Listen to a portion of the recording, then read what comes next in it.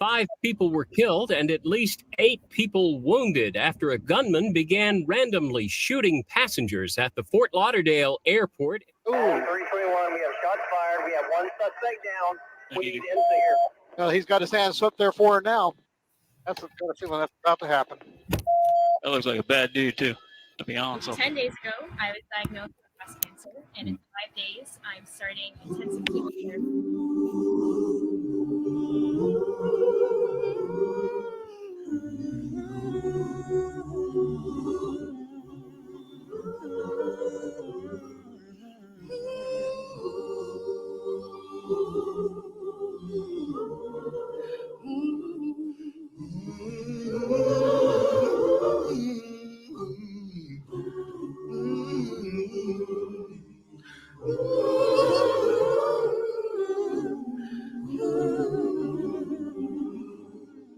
Hold on, just a little while longer.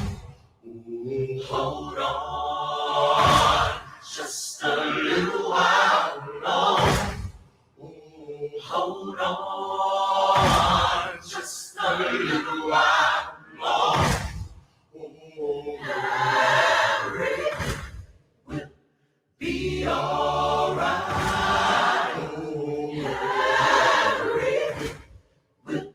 Be alright. Pray on just a little while longer. Pray on just a little while longer. Pray on just a little while longer. Everything will be alright.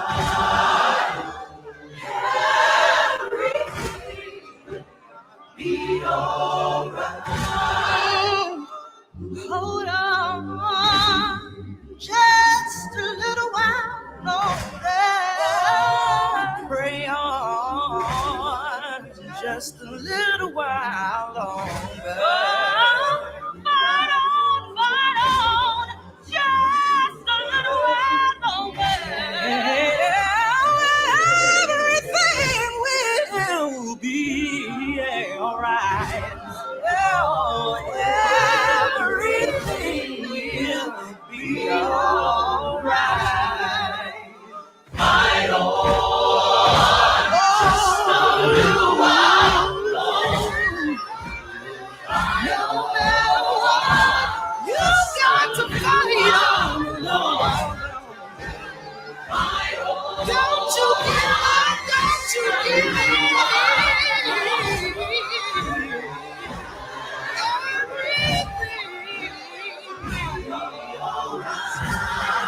I'm here to tell you everything will be alright.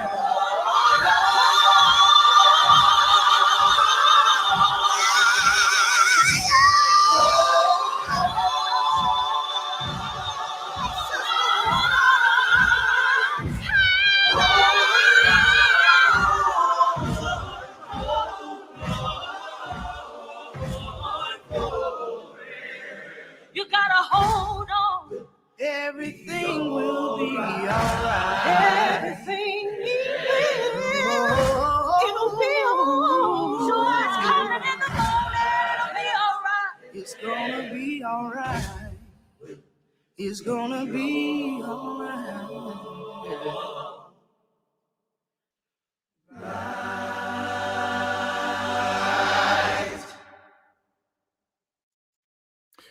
Well, good evening, everyone. It is a pleasure to be back with you. I am Pastor Robert Johnson, and if I can get that banner out of your way so you can see it, it's a joy to be back with you. I'm going to bring my friends, my co-hosts on, my amazing co-hosts, Pastor Cheryl Jefferson Bell, Pastor LaDonna Williams. I'm just kidding, LaDonna Hunt, LaDonna Williams Hunt. And the amazing our online pastor. Okay, let's learn something. There we go. we were getting some extra Isaac Cates music there. Isaac Cates, thank you so much for letting us use your music for this broadcast. You are amazing. I hope, hopefully you all enjoyed Isaac's music. If you want to hear more of his music, I want to encourage you to go to YouTube and type in Isaac Cates, Cates. You can find his videos, his music, and lots of his stuff there. You can also find him over at Church of the Resurrection. You can find him over there. He's a part of our music team, but he's all over the world. He has been in Toronto, Canada of recent, doing workshops over there, but he is just a world-renowned musician. We're so delighted to have him here. We're back for our final Black History Month conversations, the last session, and we've had so much fun. We want to thank Dr. Shana Mashego Shana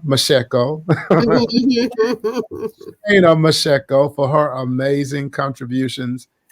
Been a part of this month with us, and we close out tonight. We focused on African American history on a national level. Tonight, we're going to focus more in on Kansas history, Kansas, on a little bit of Missouri history. And we have with us, we are so blessed to have with us. Before I bring him on, Pastor Cheryl, LaDonna, Pastor Ashley, would you all take a moment and greet our audience and just thank them for participating over the last few weeks? Well, I am grateful for everyone's presence, support of this programming for Black History Month. And I don't know about you, but I learned quite a bit. And so this time has been a blessing to me. And I hope it has been for you. And it encourages us to keep on keeping on this journey that we're on together.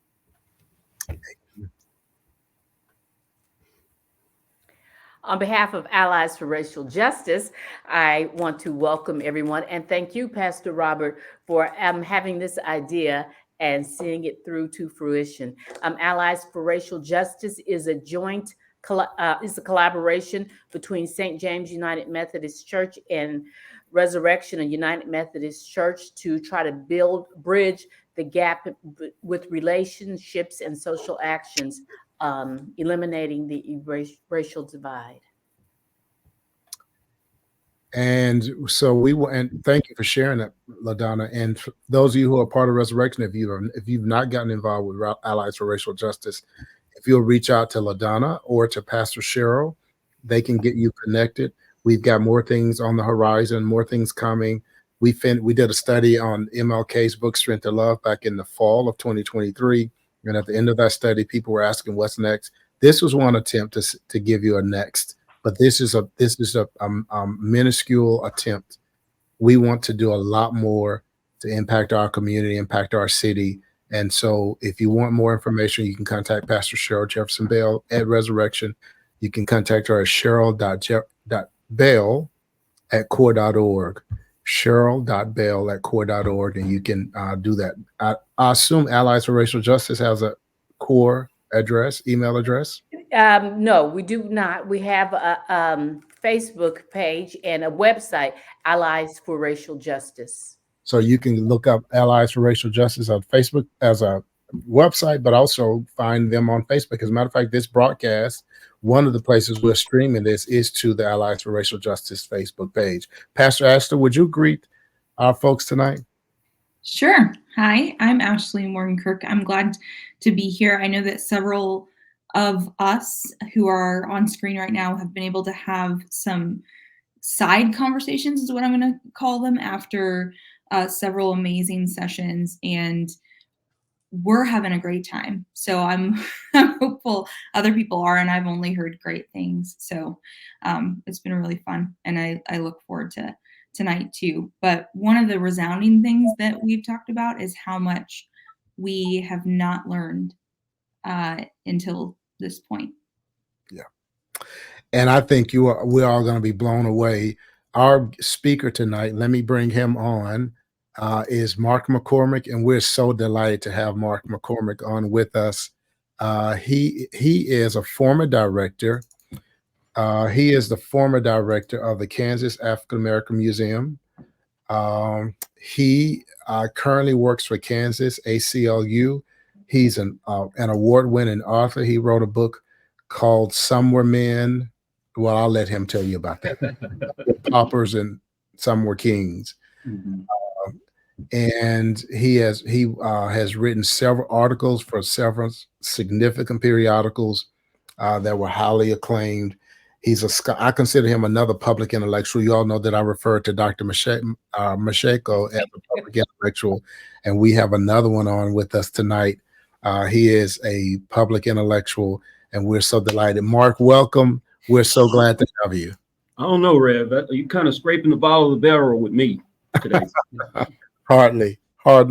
So, Mark, thank you. You and I have known each other. You were just really kind to me when I arrived in Wichita 7 years ago. I met you at the museum. Met me at the museum. That's right. Talked your ear off, and then you came back. And then you came, and then you kept showing up. I'd invite you on the stuff, and you honored me by showing up.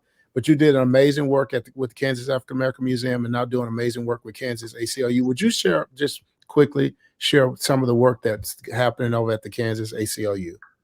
Well, one of our campaigns is to try and eliminate juvenile fines and fees. A lot of people don't understand this, or they don't know this, but when a child goes to prison in Kansas, they have to pay for all that incarceration time.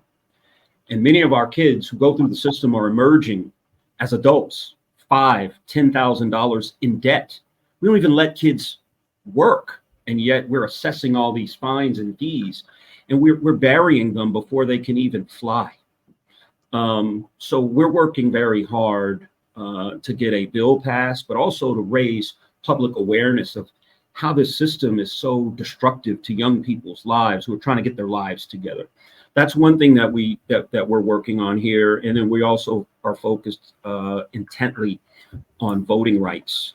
Every year, it seems that extremists are putting up more barriers between certain groups of people in the voting box, and we fight that, with all we got. So I appreciate the opportunity to share that as well.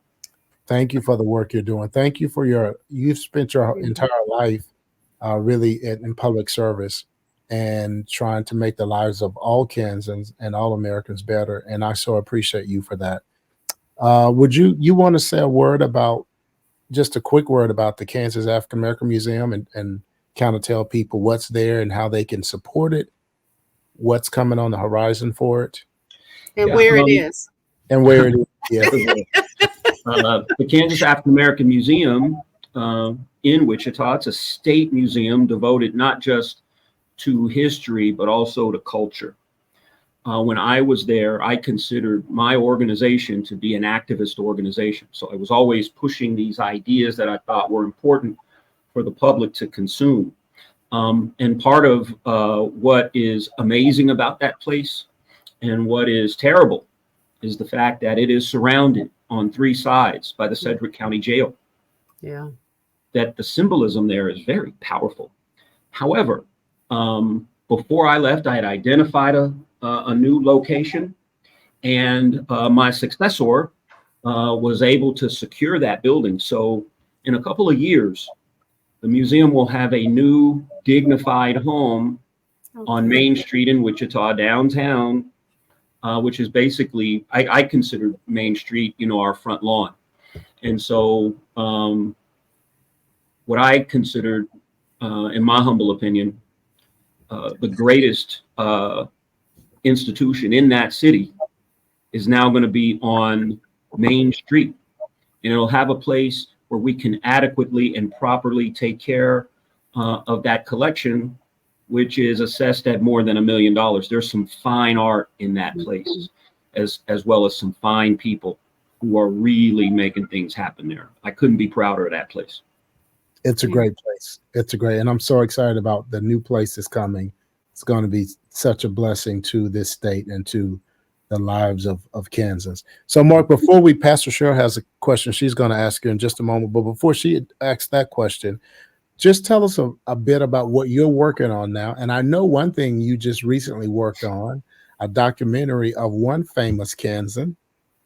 But what are you working on these days? And tell folks a little about the documentary that came out a couple of months ago. Well, I'm pretty much done with that project now. But I wrote a book with Barry Sanders, the Hall of Fame running back.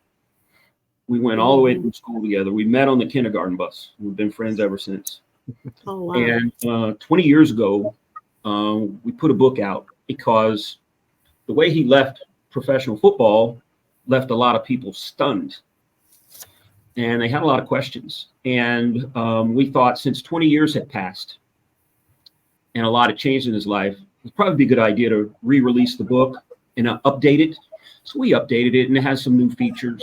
You know, his mom has been running a vacation Bible school for 40 years. And there was a reunion of all the kids, and it was an amazing reunion. All the kids came back. One of the kids there was one kid in particular who was kind of mischievous, and he came back, and he was a pastor. And I'm sure his mom was just so proud of that. But, you know, we were all packed into that living room in the summer, listening to Mrs. Sanders and listening to Barry's sister Nancy, to whom the book was dedicated. And then in addition to that book project, there was a documentary being done by NFL Films, and it was more about his life, but the film and the re-released book have the same title, Bye Bye Barry. And we've been fortunate. The documentary is the most streamed documentary ever on Amazon. Wow. That sound effect was appropriate. I mean, yeah. I don't know who did that sound, but it was appropriate. You want me to say it again, and maybe it'll happen again? But yeah, the documentary is wonderful. The same man who did the previous documentary about Barry for NFL Films did this one, and I can tell you this, and it won't give anything away, but you should watch the last few scenes where Barry is in London talking to his sons as they ask him questions about why he left the game. It's just so beautiful and wholesome. And it really speaks to the kind of man he is.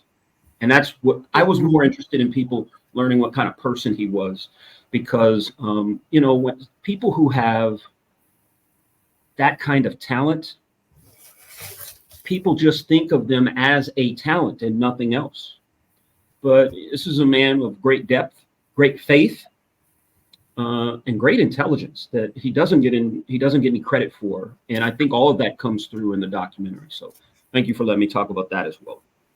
Thank you for sharing that. That's really interesting, Mark. A couple of things. We know each other from when I lived in the Wichita area. I moved in '85, and so love the museum. I've went there, you know, a few times when I was in the area, and appreciate all the work you've done. And then I'm originally from Detroit. Oh, So wow. Barry, you know, ended up, there's a huge plaque or painting on the side of a building downtown of him.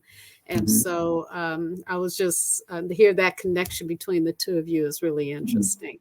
So my duty is to ask you, before you share about Kansas and Missouri history, is if you would share with us your bullet lists of the top 15 most important African-American moments.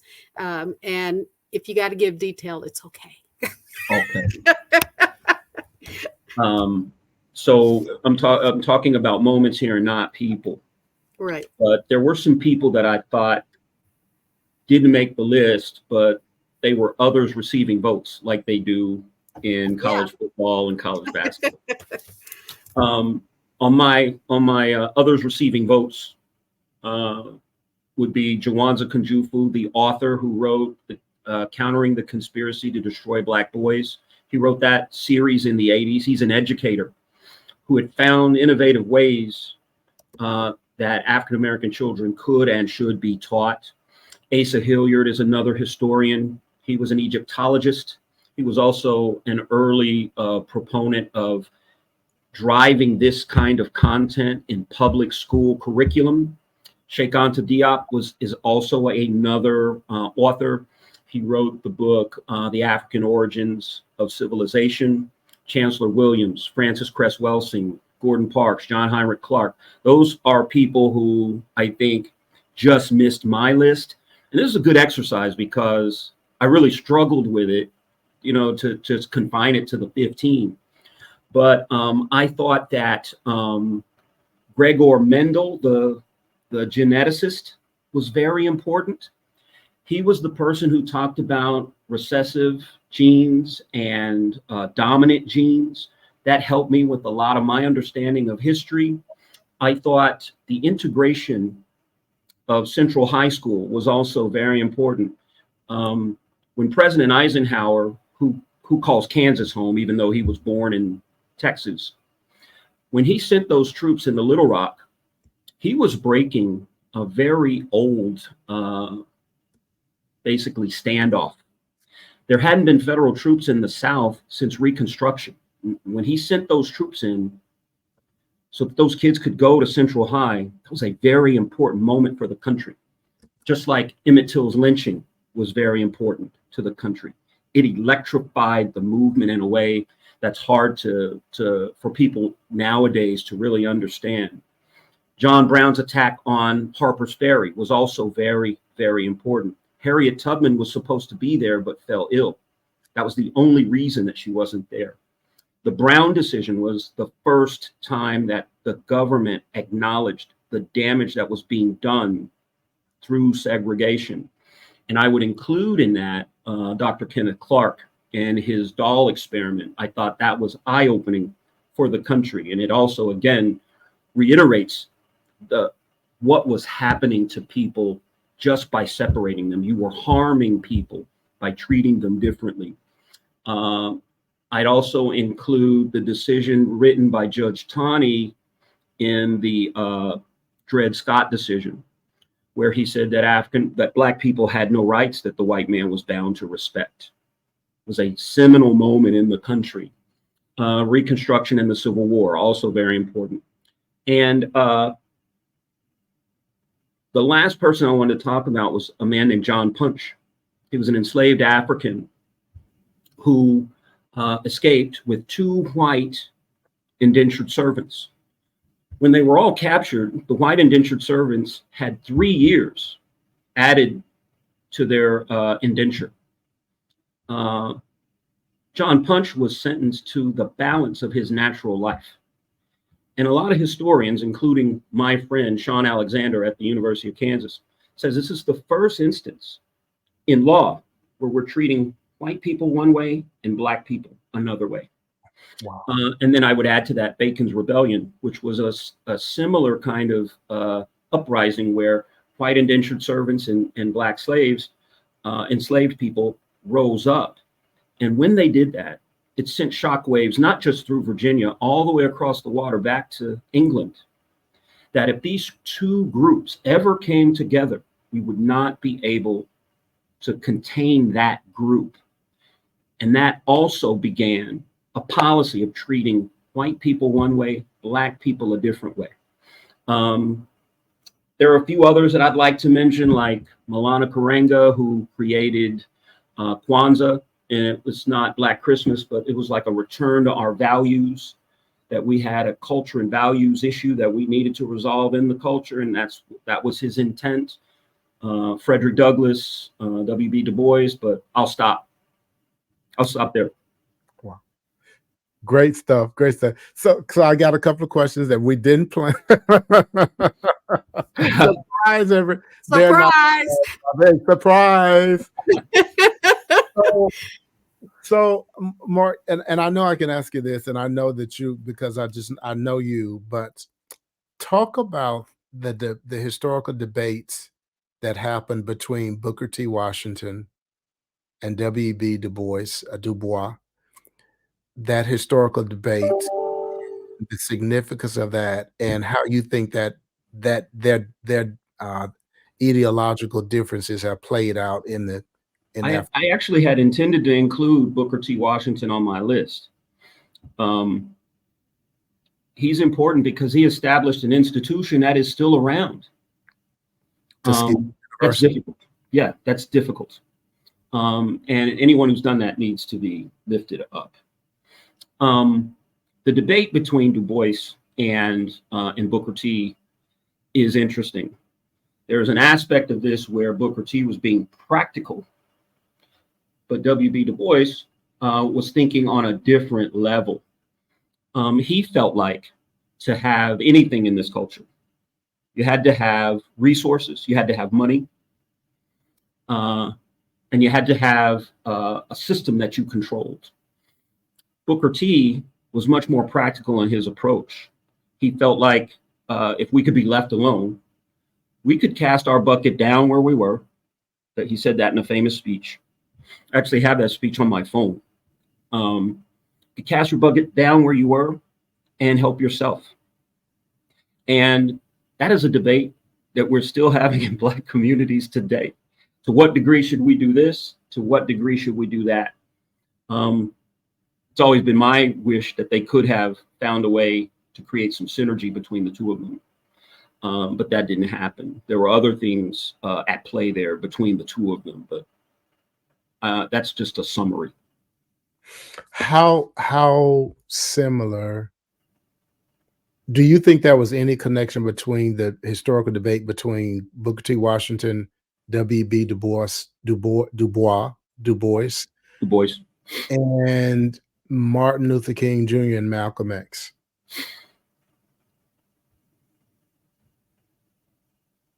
Man, what an interesting question. So there's a new book out, or relatively new book out, by Peniel Joseph, and he talks about Malcolm X and Dr. King, and he talks about Malcolm X as our prosecuting attorney, the attorney who prosecutes people who harmed us. Dr. King was our defense attorney. That's a great metaphor. Keep going. Yeah, I thought it was wonderful. What's interesting, though, brother, is that both of them were killed at about the time in their lives where they had expanded the group of people that they wanted to reach. You know, Malcolm had left the nation. Yeah. He had created the Organization of African American Unity, and anybody could join. He had made the Hajj, and he had prayed with blonde-haired, blue-eyed Muslims. And he was going to reject all of the racial rhetoric that was really what he was all about when he was speaking for the nation and Elijah Muhammad. Dr. King, shortly before his death, was one of the most unpopular people in the country. He had a 75% disapproval rating, and he had a 55% disapproval rating among African Americans. Because people were telling him, why don't you stay focused on civil rights? Yeah. Why don't you try to help us get rid of segregation? You're talking about the war and all this other stuff. But as soon as you become international in your view, apparently you become a very dangerous person. When you love poor people to the degree both of those people did, you become a very dangerous person. So those two and Fred Hampton, they were all killed just as they were making these overtures to the larger community. And there again, it takes you back to Bacon's rebellion, that if you could keep the Black working class and the white working class separate, you can rule. And we're still bouncing up against that today. Wow. Great stuff. Co-host, jump in. Any thoughts, questions for Mark before we?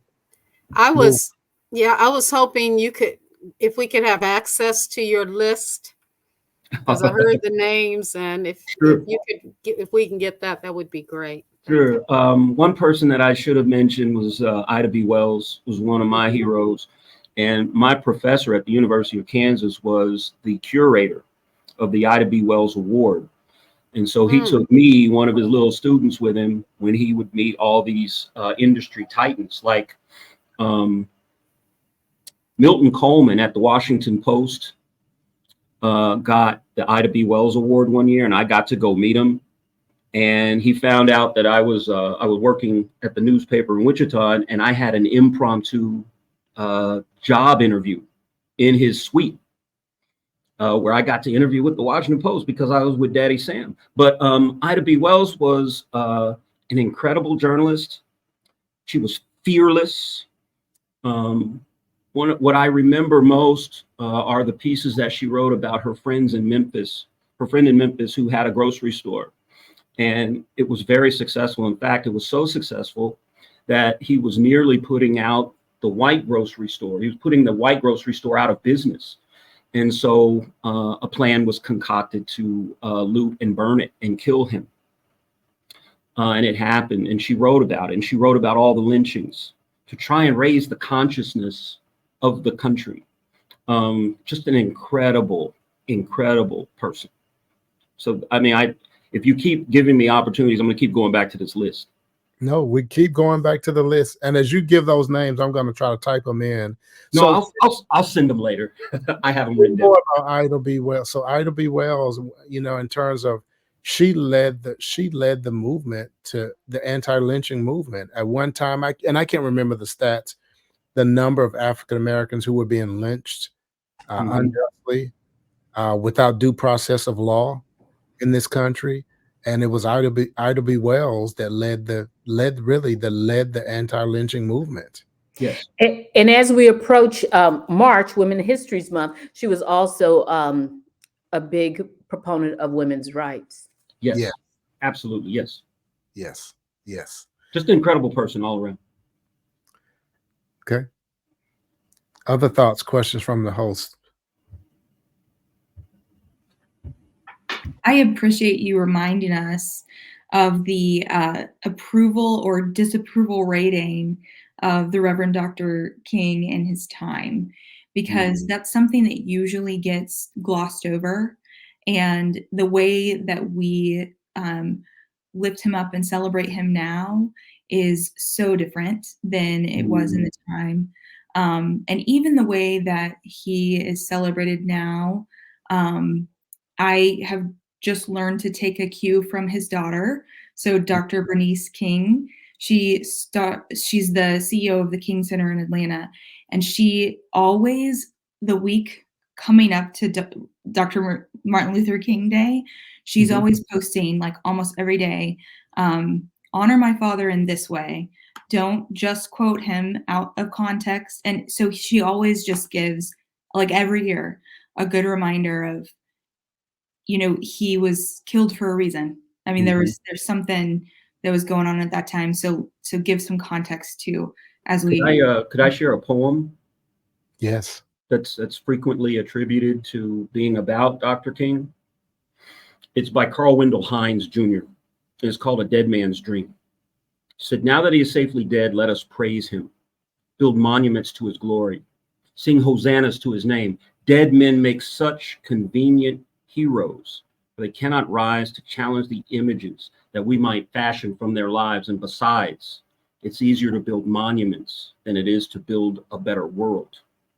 So now that he is safely dead, we with eased consciences will tell our children that he was a great man, knowing that the cause for which he lived is still a cause, and the dream for which he died is still a dream, a dead man's dream.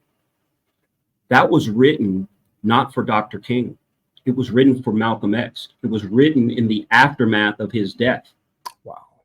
And it seemed to apply so beautifully to Dr. King that over time it's become associated with him. But it was really about Malcolm.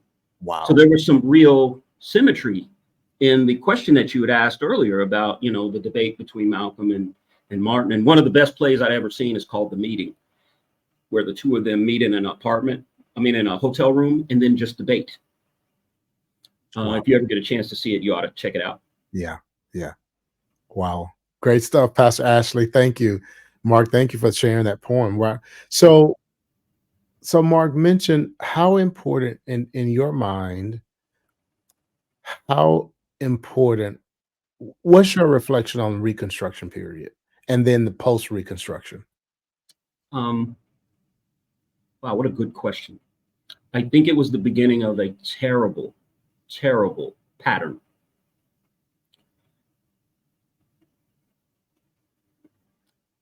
Black progress in this country gets punished. So during Reconstruction, African Americans were making all these inroads. They were, being elected to office, opening businesses, But after a while, people in the South got restless. And when it was overturned, there were decades and decades of violence, unspeakable violence and terrorism visited on African Americans. We get to the civil rights movement. There are advances. 12 years after Dr. King is killed, is a conservative revolution rolling back, attempting to roll back civil rights gains.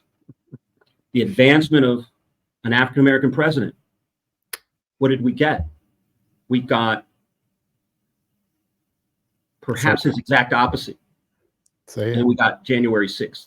Yeah. That Black progress in the country gets punished. And I had a conversation with a young person recently, and it was an earnest, almost pleading question from this young lady.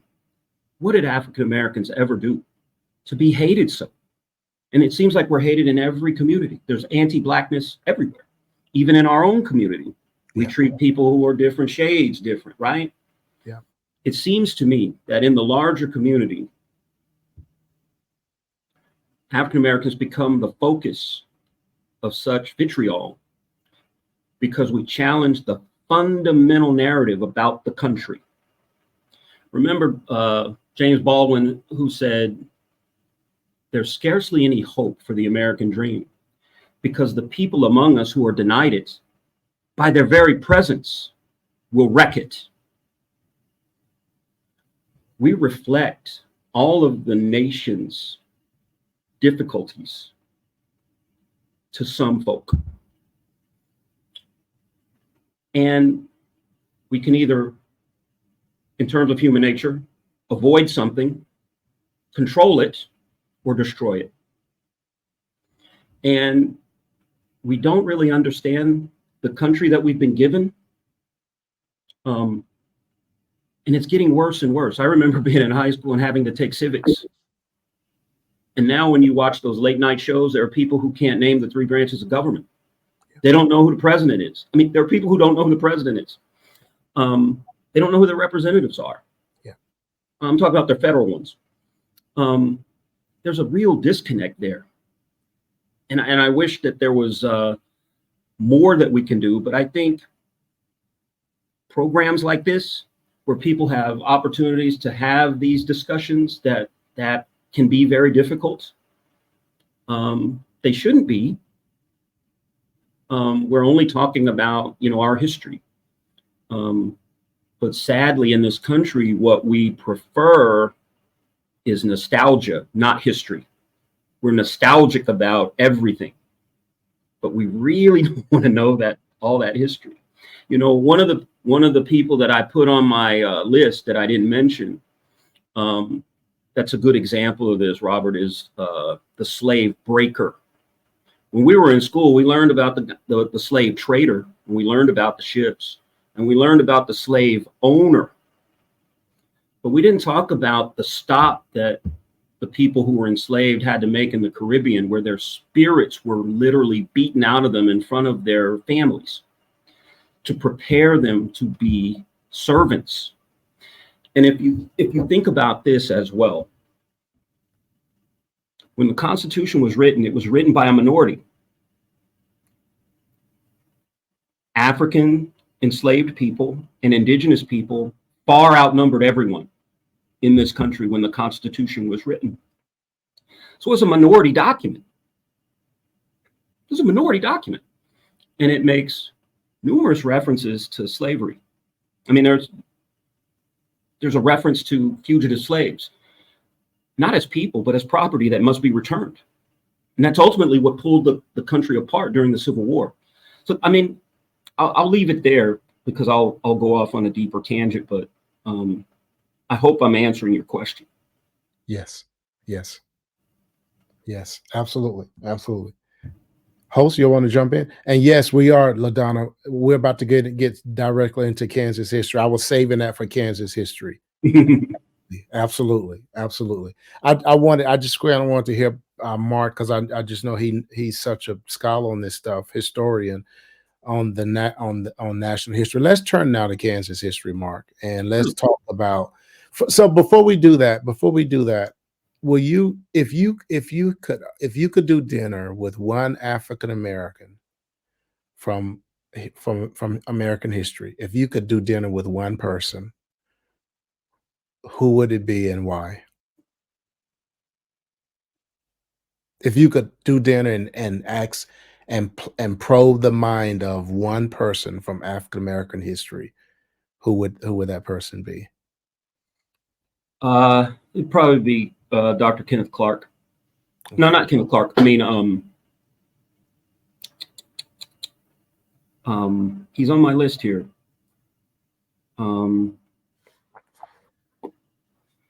John Heinrich Clark. John Heinrich Clark, the historian. And why? He'd be my favorite. He'd be.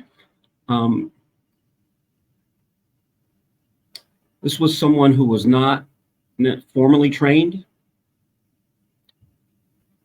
but had such insights where he was able to take our history and our experience and merge them in the way that he taught. And he understood human nature as well. He's fascinating. And one of my favorite quotes is attributed to him, where he talks about the power of just knowing yourself and your own history makes you unconquerable. It's not about the weapons that you have. It's the knowledge that you have of yourself that will dictate your station in life. And in that regard, I just want to be next to that. I just want to be next to that. And he was just so knowledgeable. Such a beautiful brother. Great choice. Hey, before I like to ask our host that same question. If you could co-host, if you could pick one person from African American history to spend an evening with, who would it be, and why?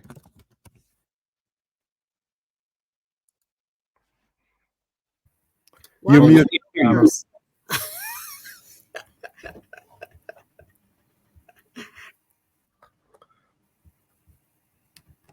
Sorry about that. I would like to just spend some time with Malcolm X and just figure out what was he thinking, what was going on, what prompted him to be who he was and so outspoken. Wow. Yeah.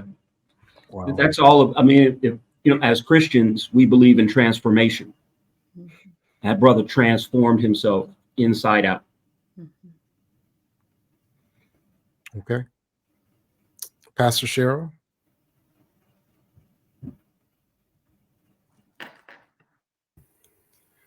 That's a hard one. I have to give it a little bit more thought. I don't know. Pastor Ashley? So I noticed that you didn't say dead or alive, right? Yeah. Don't have to be, dead or... Will you let me break the rule? Dead or alive? Dead or alive? Who just, your choice. Did you hear me? Would you let me break the rule of one? Yeah, yes, sure. All right. So the first thing that comes, so I talked about Dr. King because I lived in Atlanta for 3 years, and that city is so impacted by him and such rich history. So of course I'd want to sit and have dinner with him. But then I think of St. Louis. I went to undergrad near St. Louis and had a connection at the time to the Jackie Joyner Kersey Center. And so spent a lot of time learning about her life, and she was amazing. So that would be super fun. But then dead or alive, right? I was thinking, who would not hang out with the Obamas and just hear about their experience? So thanks for letting me bend the rule. Yeah, absolutely. Gotta go back to Pastor. I think she's ready to jump in. I'm going down a personal road. I would like to spend time with my great-great-grandfather, who was a co-founder of Morehouse. And Wow. And he did and founded churches.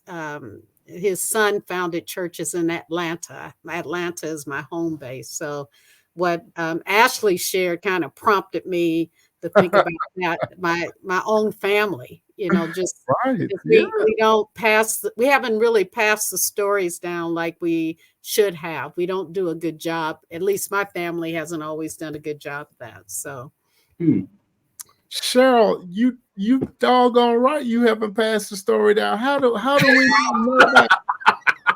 How the heck? See. Those y'all, please don't call Adam and say Robert was cussing on. I'm telling. Pastor Pearl is black education royalty. How? Yes. HBCU royalty. Your great grandfather? Yeah. Wow. Wow. That is a wow. We're gonna have William to call J. her White. Princess Pastor.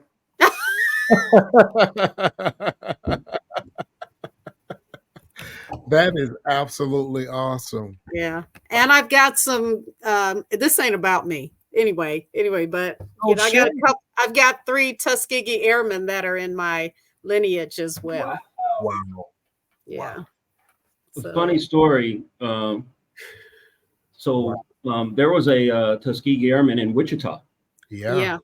And we were at a dinner, and he was there. And so I wanted to get a picture of him and my family together. And we have this nice picture. And then my baby twin, Morgan, photobombs by closing his eyes and giving a thumbs up like this in the picture. Oh, yes. I actually met that guy. I went to go visit some members. Well, there was one particular member, and her sisters took me over there. Marilyn Overton. Yeah. Marilyn was my favorite. So the oldest sister, she was in this. Emmerdale was in a camera. So Marilyn and Pearline took me over there to meet her and to fellowship. We were hanging out, and this guy comes on. He's on the second upper level on the and he goes, "Hey, are you that new pastor at St. Mark?" And I look up, and it's this older guy, and I was like, "Yeah." And he says, "You got one daughter who's at Spelman," and I was like, "Yeah." And he says, "You got another daughter who went to Howard, and now she lives in L.A." And I said, "Yeah." And he says, "I want to meet the one that's the filmmaker. When she comes to Wichita, I want to meet her." And the sisters are just laughing. They're just laughing because they see this look on my face like, who is this guy who knows all my family? Like who? And they said, he's a Tuskegee Airman. Yeah. And he reads the paper. He remembers all the details, and that he read the article about you arriving at St. Mark. And he had remembered all the details about my daughter's age, where they went to school. And he stood there on the second, third floor of that building and was just spouting all these details out. It was absolutely amazing. He died a couple of years ago, right? Didn't he pass away? Right. That's right. He did. Yeah, just an incredible person. And from a generation, I just noticed this about the generation. Nowadays, if you're on Facebook or any social media, people are constantly taking pictures of themselves and constantly elevating themselves, all this humble bragging. Wow. This man was a Tuskegee Airman, and we had an event, centering him at the museum. And I'm a professional interviewer. I could not get him to talk about all of his accomplishments. Wow. Every question that I put to him, no, I didn't do anything great. I just did what I was supposed to do. It was just like that. And it was frustrating in the moment, but it said a lot to me about his character. Yes. Mm-hmm. I really wish there was more of that today. And, you remember Frank DeFord, the sports writer? Yeah. Yeah. He said, we have gone from, it's not whether you win or lose, it's how you play the game. And then we went to winning is everything. And now it's in your face. Yeah. Yeah. And what he represented was a throwback to, I think, a better time for us. Yeah. Mhm. Yeah. That's really helpful, Mark, because earlier I was saying how our family didn't pass down the history, and so it wasn't about bragging, even though it was grounds maybe for bragging, but that humility and humbleness Yes. being exhibited. So thank you for that perspective. Amen. Yes.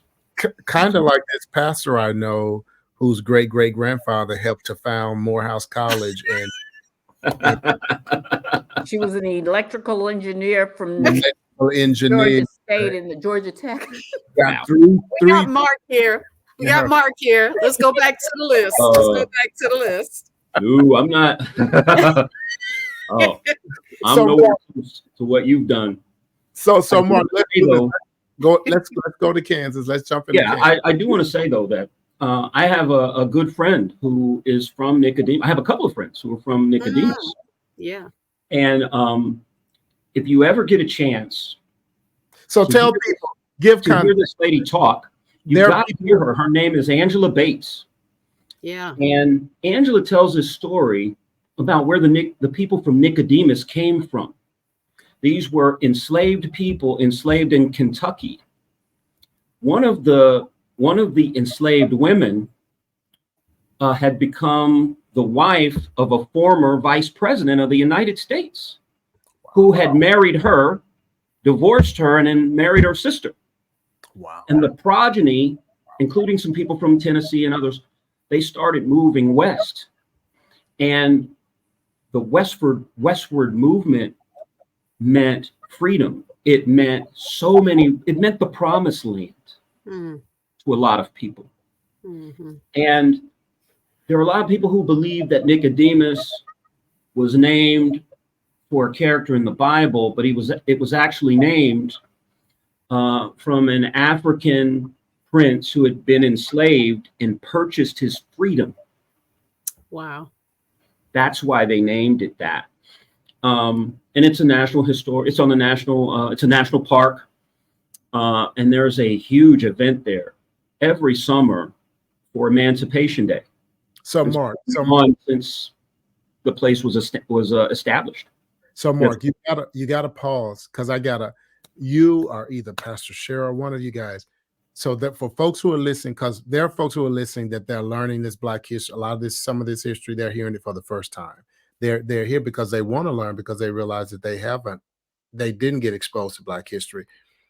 Tell folks, what is Nicodemus? So let's talk. What is Nicodemus? It's an all-Black town in northwest Kansas, not too far from the Colorado border.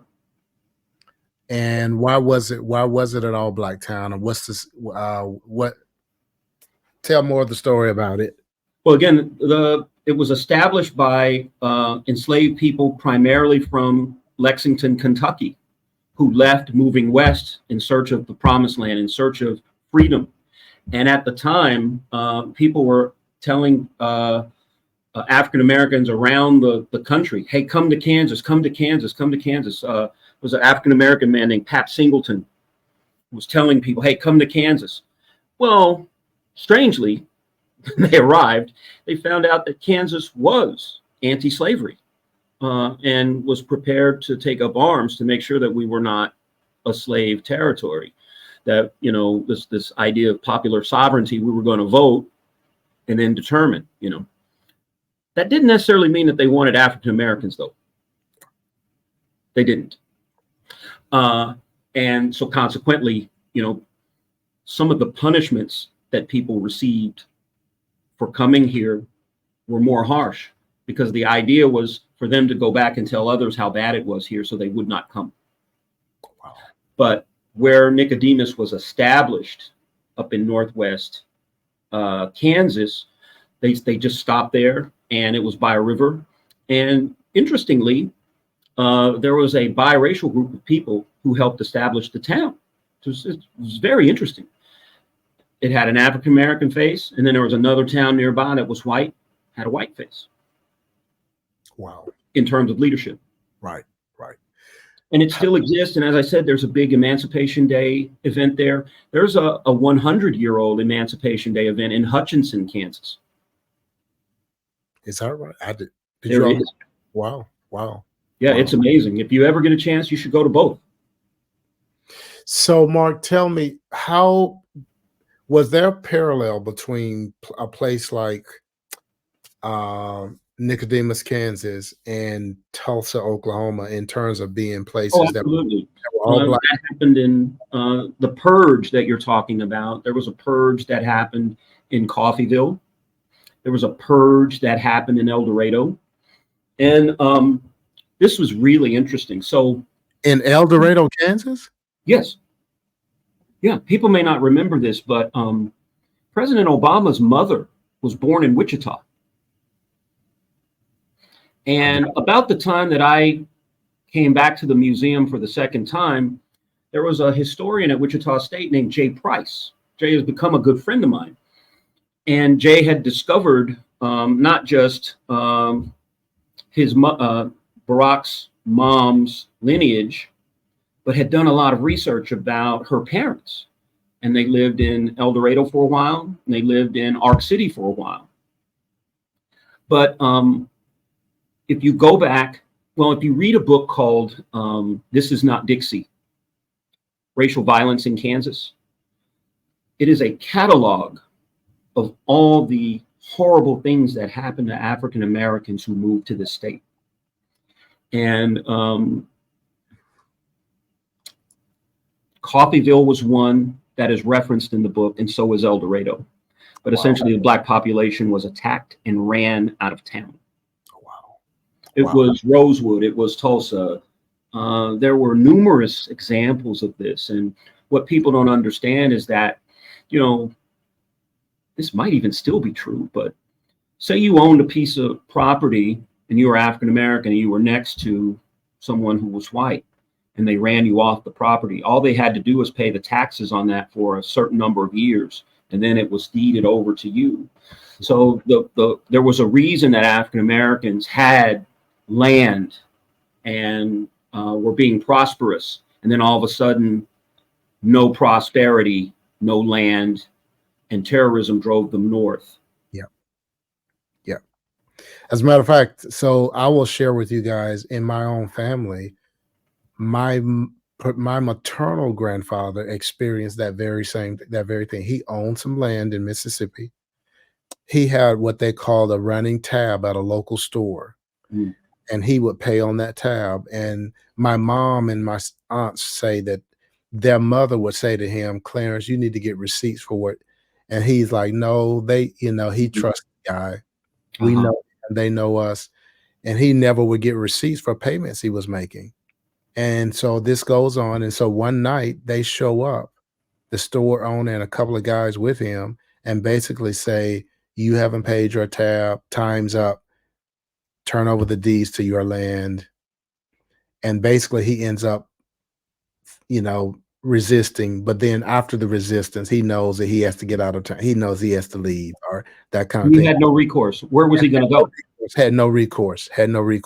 So when you look at the ownership, like throughout, particularly in the South, you look at the people who own property, and people act as if African Americans don't own land because they're not industrious, because they're not smart, because they don't have a clue about owning. No, they did own land. It was taken away. That's right. Just taken. So we experienced that in our own family. Yeah. Well, one other thing I wanted to point out, and now we're getting to the kind of the heart of the discussion. I have argued for maybe the last 15, 20 years thereabout, that Kansas serves as the nation's fault line, social fault line. Where I am right now, here in Kansas City, was where the Civil War ostensibly began. The border war between Kansas and Missouri, fired by John Brown, the attack on Lawrence. The fuse of the Civil War was lit here. We have incredible civil rights history. There was a double V campaign victory at home over racism, victory abroad over fascism. That began in Wichita when a cafeteria worker at Boeing, you know anything about that, Pastor, about Boeing? Yeah, so he was a cafeteria worker and he wrote a letter to the Pittsburgh Courier, and the Pittsburgh Courier was an African-American newspaper. It circulated nationally. So if you were in a Black community somewhere, there's probably a few copies of the Pittsburgh Courier laying around. Well, he wrote that, you know, we got to fight. If we're going to go over there and fight for other people's rights, we should fight for our rights here at home. And the Pittsburgh Courier made that a campaign. And before you knew it, there were double V parades, double V beauty pageants, double V gardens all over the country. And it began in Wichita. The first successful student-led sit-in was in 1958, 18 months before the more famous ones in Greensboro. It happened in Wichita. Dr. King referenced the Dockham sit-in of 1958. Yeah.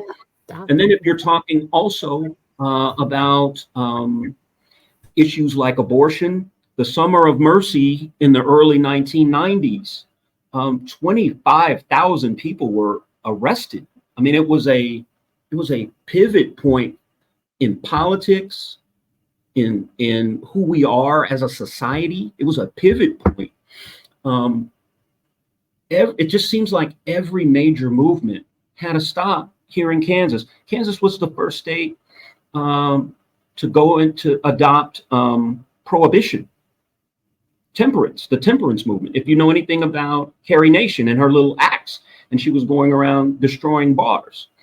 They even had women attack her and beat her up, and she'd come right back and try to get that place closed down. I mean, so Kansas is indispensable in any discussion about African American history. You got Gordon Parks, who was a trailblazer in terms of photography, in terms of cinema. I mean, his film Shaft helped save Hollywood. People had stopped going to the movies. And then he comes out with Shaft and it's a box office success. We also have, Aaron Douglas, the mural artist, was part of the Harlem Renaissance. We talked about Langston Hughes earlier. He was an iconic figure of the Harlem Renaissance. And the Harlem Renaissance is not just about art. One of the names of the Harlem Renaissance was the New Negro Movement.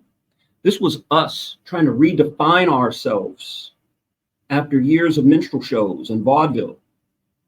We are beautiful people. We are intelligent people. That was the whole point of the movement. And you had a Kansan at the center of it.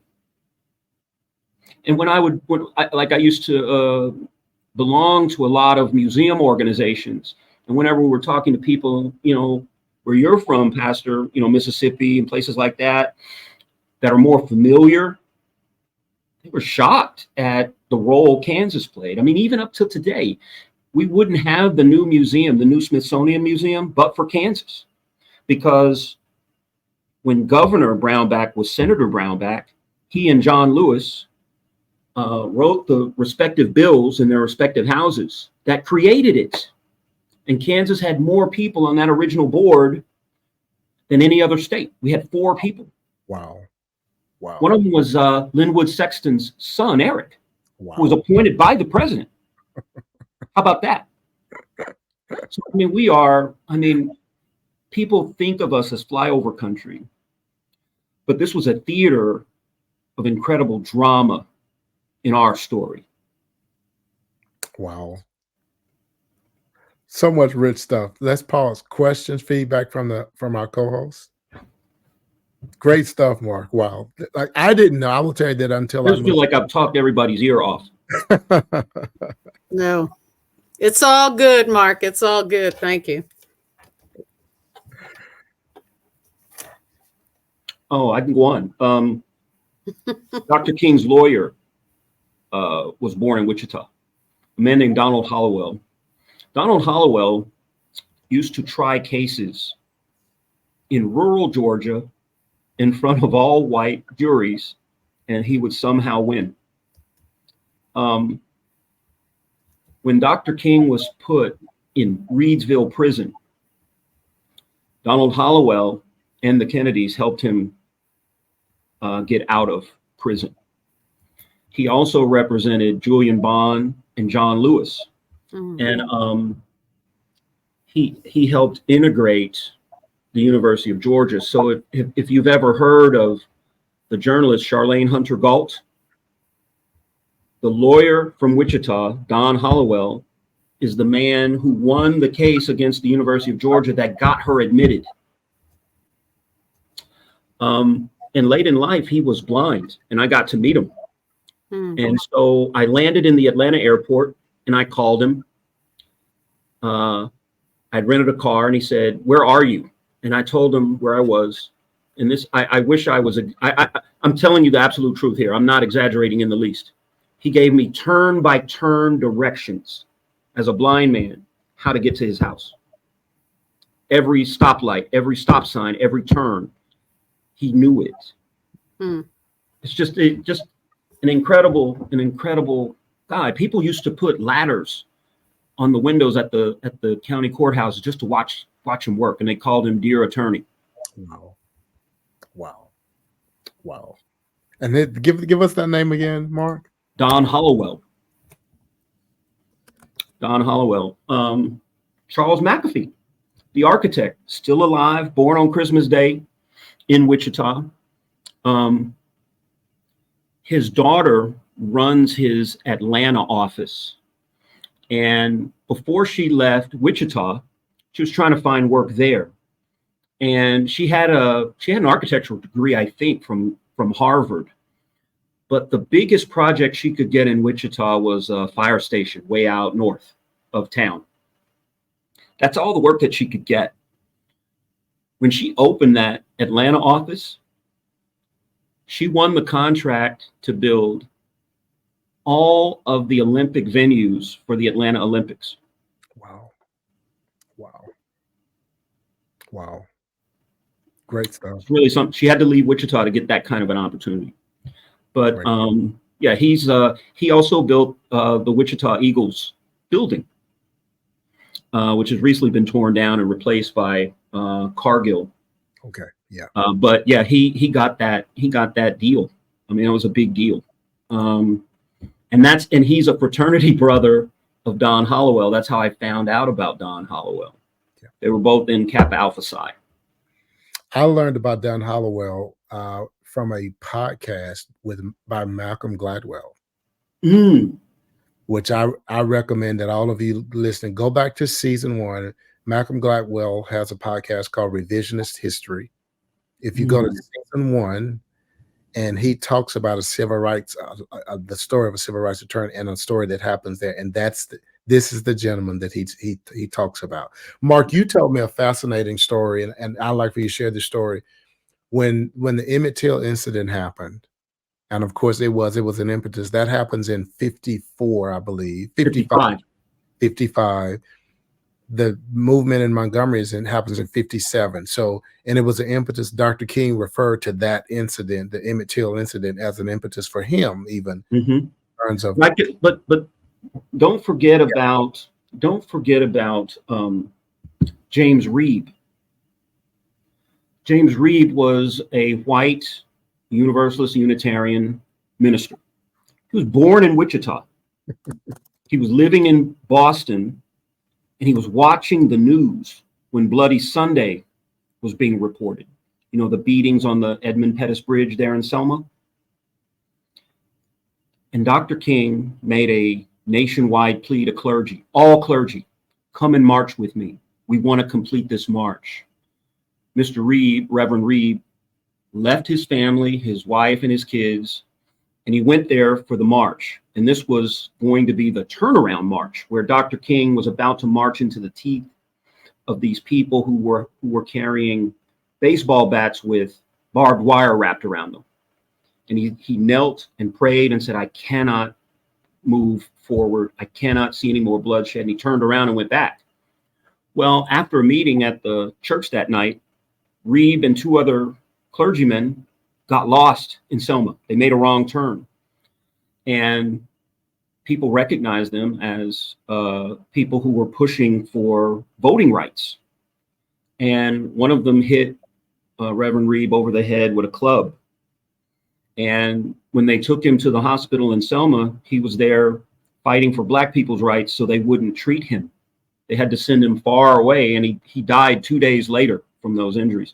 Dr. King gave his eulogy, and his death helped usher in the passage of the Voting Rights Act. That's right.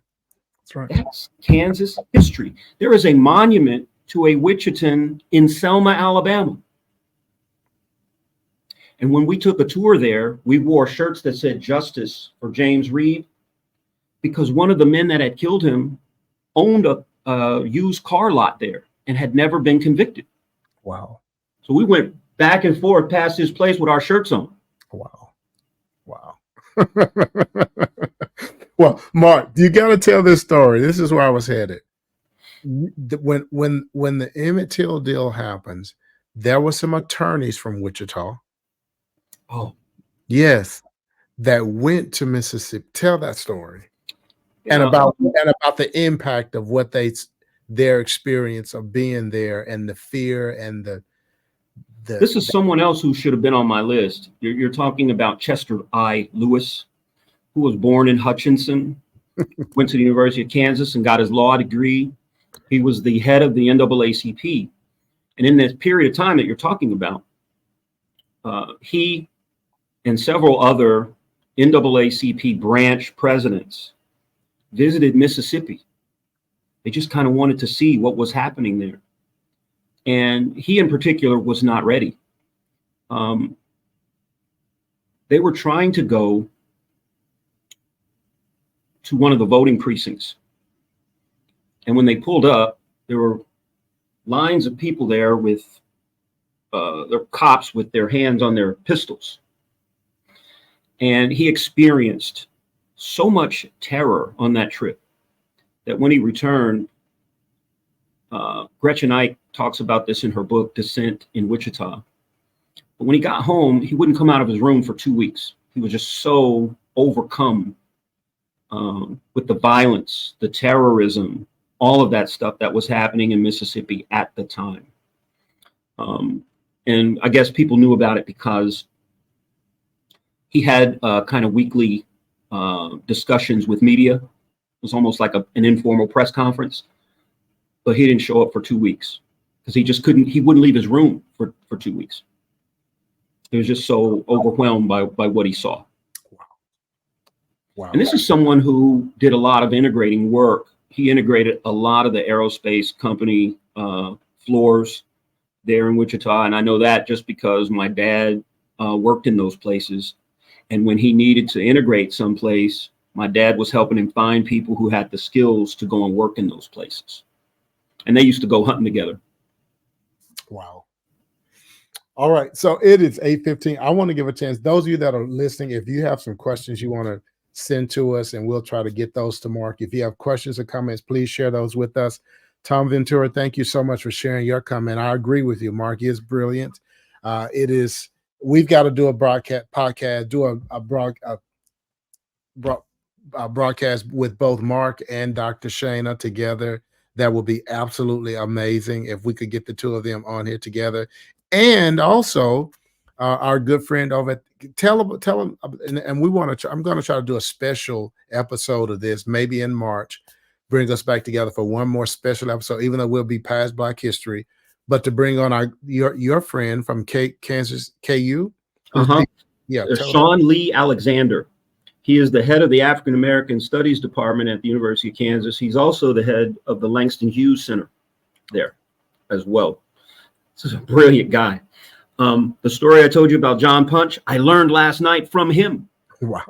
He was he was speaking at a Black History event at the Dole Center on the KU campus, and I caught it. And he was also a peer reviewer for the 1619 project. Wow. Wow. I mean, wow. That's top to me. But he always has some kind of unique take.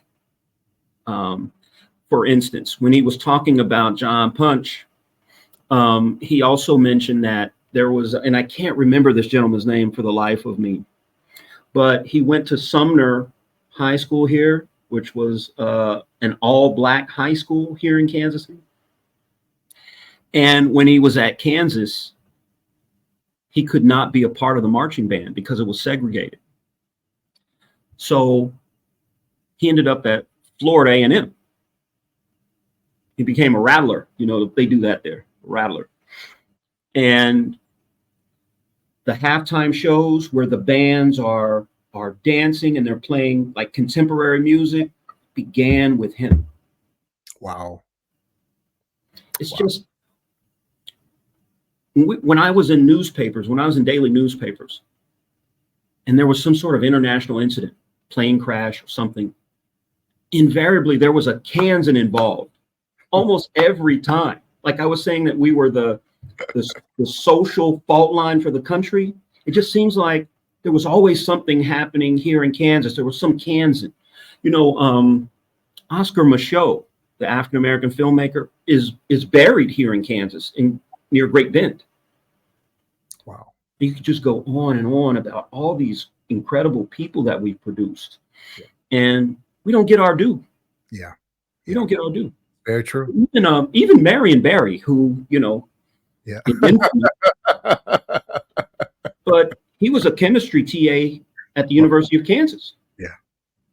And so freedom writer.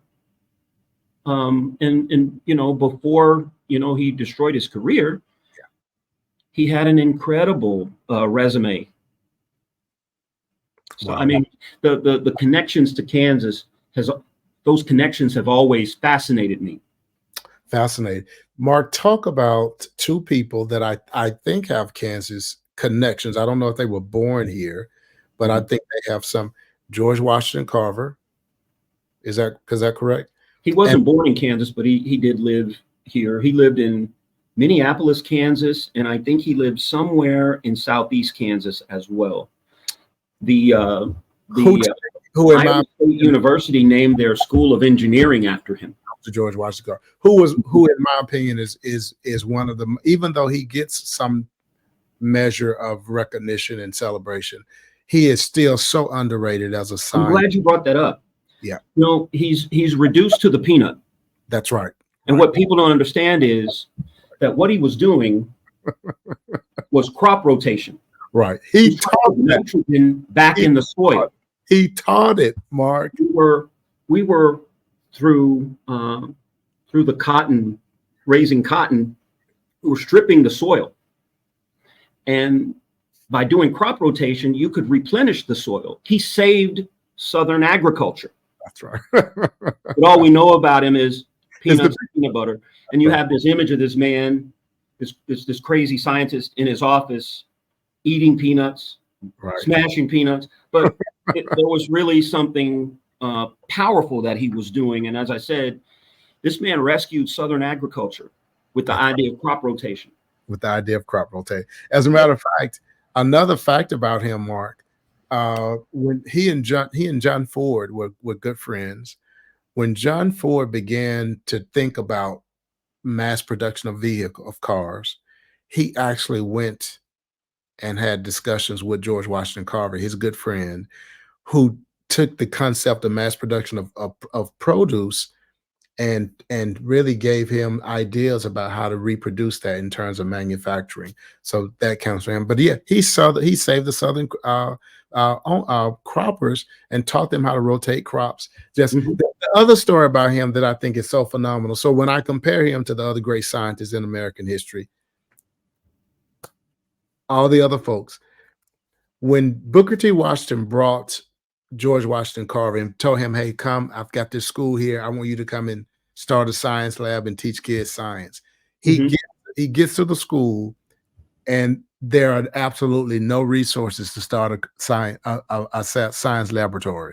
This is a true story. So he sends his kids out into the local fields and streets and tells them to collect anything, bottle tops, paper clips, just anything you find. And they said, why are we doing this? And he says, we're building our first science lab. So like when you think about the guys the other brilliant scientists that we celebrate in American history who were at Harvard, right? Who were at Harvard and Yale and all these, this dude is at their level with no resources and is starting a science lab with bottle tops that were found on the street. It's just an amazing story. Amazing. Well, I mean, again, bro, that was an era where if you had achieved to that level, you had a responsibility to everyone else. Yeah. Now it's all for me. It's all for me. It's all for me. It's all for me. And how quickly I can get my picture on Instagram. My wife, if I can't believe Linda's not, she must not be feeling well because she be on here amening you about this social media right now and about how everybody runs the social media. I don't want to condemn people because I think there's an epidemic of loneliness in the culture. Yeah. For sure. And that social media is just kind of a salve. Yeah. And we don't have like closeness. Yeah. Like we should have. There's something about our culture that is pushing us outward. You know, this is why I'm sitting here today, because fewer people are reading newspapers, right? And if you put a map, if you had a tracing of newspaper readership, and then you had another tracing of voting and who's voting and who's not, you could put them right on top of each other. Yeah. Because as newspaper readership declined, so did voting. Wow. And I had an editor who was on the cutting edge of this question. And what he was arguing was that we'd gotten really good at telling people about all the problems that we have. We were never offering any solutions.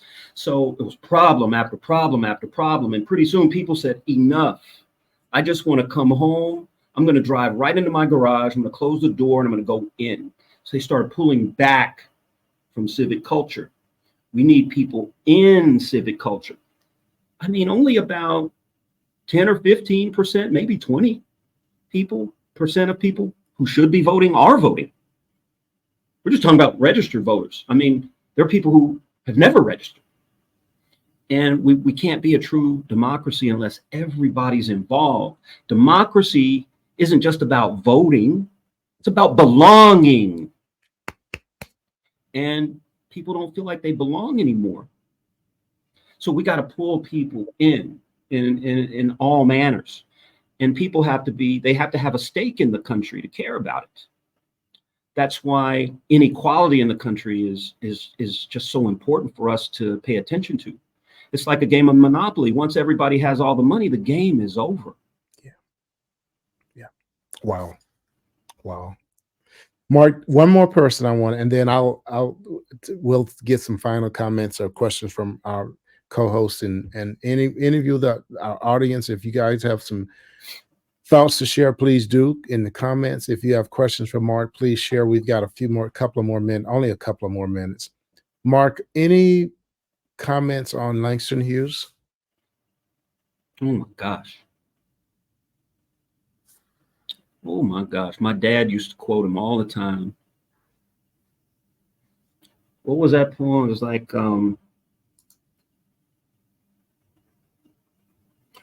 my dad was white, my old mom was black. My old dad lived in a castle. My mama in a shack. He used to quote that all the time. As I mentioned earlier, this was one of the most important figures of the Harlem Renaissance.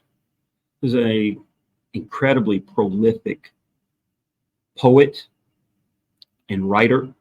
I have his collection of poems over here on my shelf. It's just,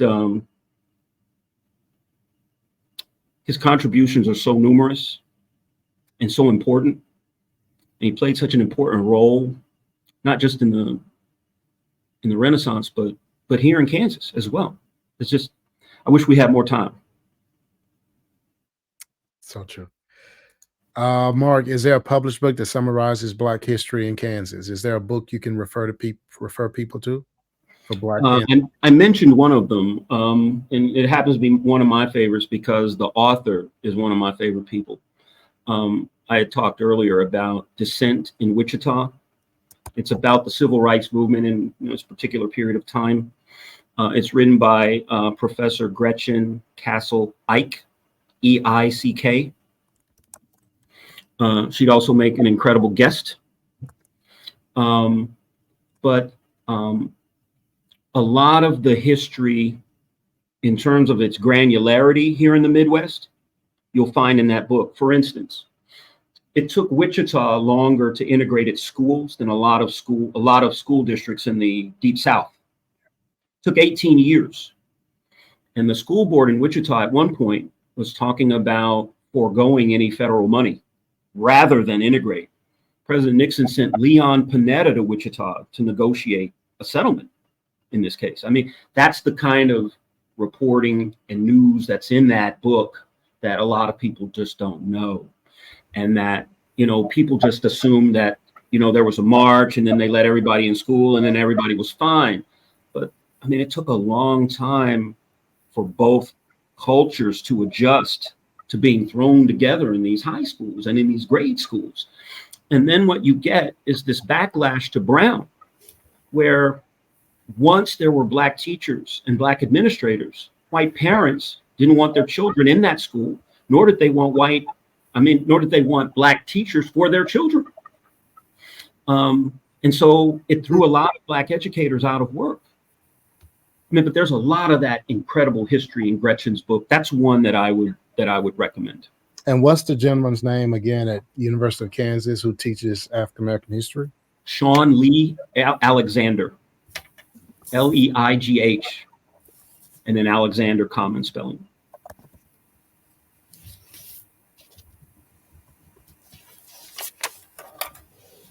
All right.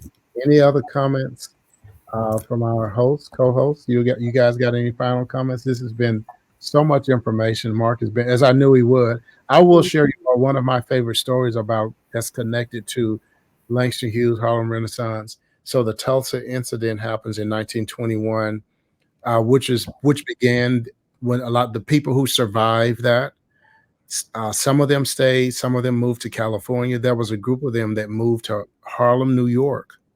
Mm.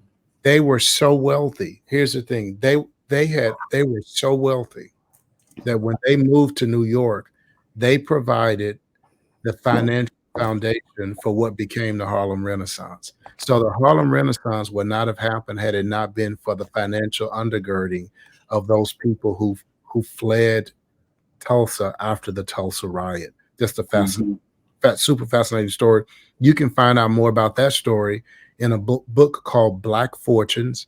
And great book that tells the story of the first 6 or 7 Black people in American history who became very rich, whether they were millionaires, multimillionaires. They were the first 6 or 7 people. And that's why I first learned about Annie Malone, who out of St. Louis, Missouri. By the way, you can go see Annie Malone's mansion. It is still there in St. Louis. Wayne Bell of Wichita tells me, who's from St. Louis, says that they still do an annual parade in Annie Malone's honor. Annie Malone is in the entrepreneurial legacy lineage with Madam C.J. Walker. As a matter of fact, according to this book, she was the first very wealthy person, and then Madam C.J. Walker takes her ideas and some of her concepts and expands on them and becomes, of course, we know Madam C.J. Walker as the first black female millionaire, but many people say it was actually Annie Malone. I think you'll find that with a lot of fortunes that are made. Yes. Yeah, of course. A lot of those fortunes that are made. There's one about mentholatum, which is like Vicks vapor rub. Yes. A Black woman in Wichita supposedly created it, but never got any of the blessings of that invention. Hmm. That's been lore in our newsroom forever. Wow. So may I share a poem, a Langston Hughes poem? It goes along with having things snatched from you, but also as we wrap up African American History Month, Black History Month, just thinking about where we came from. And I think we started with Dr. Shana, 1440 with the Portuguese in North Africa, but Mother to Son by Langston Hughes. Well, son, I'll tell you, life for me ain't been no crystal stair.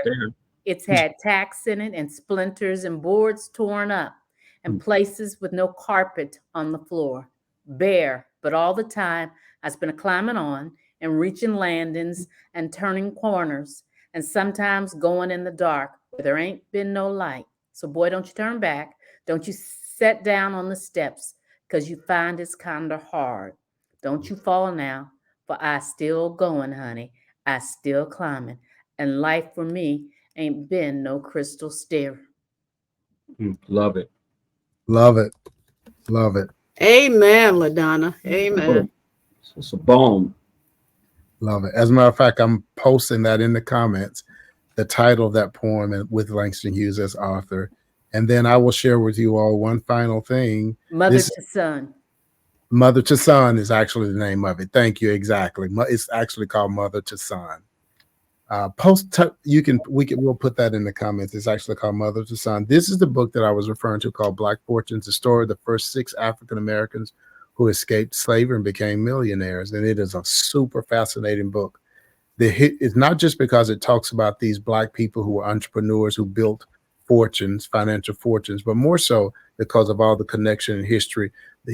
In this book is the first time I learned the story about how Harriet Tubman was supposed to be with John Brown. Yes. And she wasn't feeling well and decided not to go, but she was supposed to be with John Brown, which is another. So you get a lot of that history in that book. This has been a fascinating journey. Mark, thank you so much. Yeah, thanks for having me. Yes, you've been such a blessing. We've got to have you back to do some other stuff. Well, I've been Black my whole life.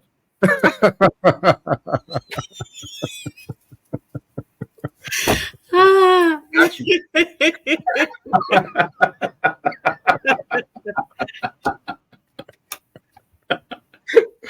Thank you for the amazing for the Kansas African American Museum and now with Kansas ACLU. Thank you for the work you guys are doing over there. Thank you for sharing that information.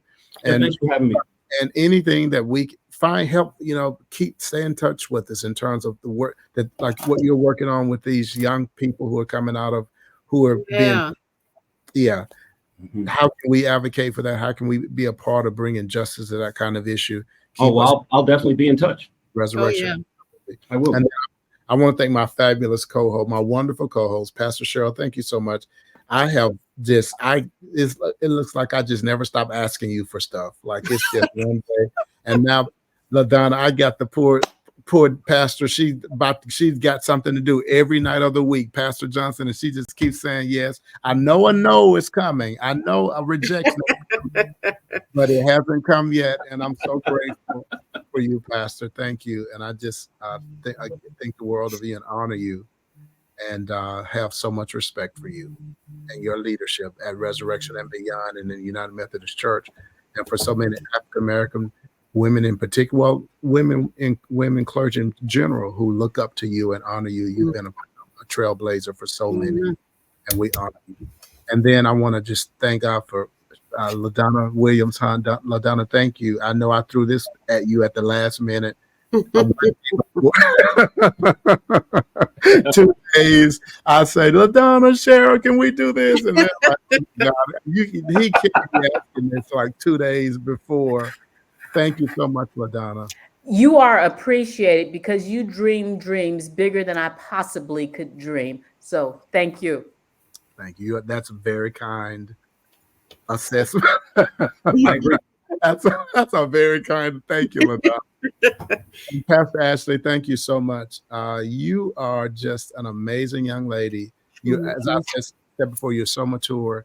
The work you do with our online, which is about 30,000 online, and there are resurrection communities in every state in the union and in 64 countries, and you're responsible for keeping those people connected, providing them with resources through resurrection.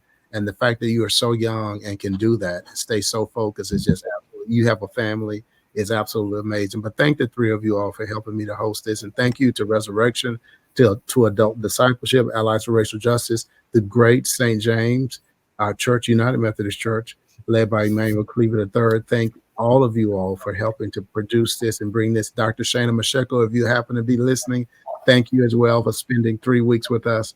We'll do this again with more planning. Well,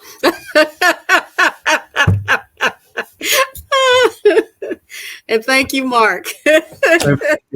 Thank you. Folks, thank you guys for listening in, and stay tuned stay plugged in to core.org, Resurrection, to find out what's next with Allies for Racial Justice, what's going on with adult discipleship. If you want to hear from more from Pastor Cheryl, she is one of our teachers for our Lenten series that began on last night, which was Wednesday. She'll be back with us on next Wednesday in the Foundry. You can also catch that online. You can register for that course to watch it online if you go to core.org/next to participate and hear more wisdom from Pastor Cheryl. Thank you for listening. Ashley, too.